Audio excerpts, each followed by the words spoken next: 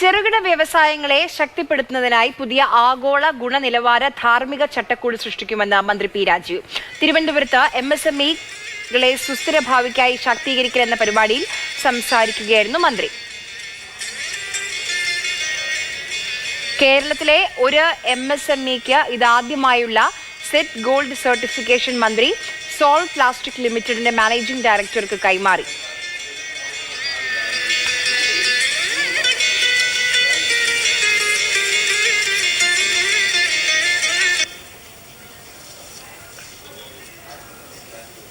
ആദ്യം തന്നെ ഞാൻ ബാൽക്കോയെ പ്രത്യേകം അഭിനന്ദിക്കുകയാണ്.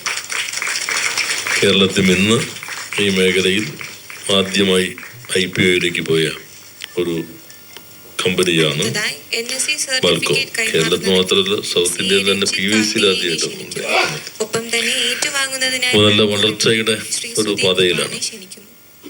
കേരളം വ്യവസായങ്ങൾ ആരംഭിക്കുന്നതിനും വളരുന്നതിനും പറ്റുന്ന ഒരിടമാണെന്ന് ഇത്തരം അനുഭവങ്ങളാണ് സാക്ഷ്യപ്പെടുത്തുന്നത്.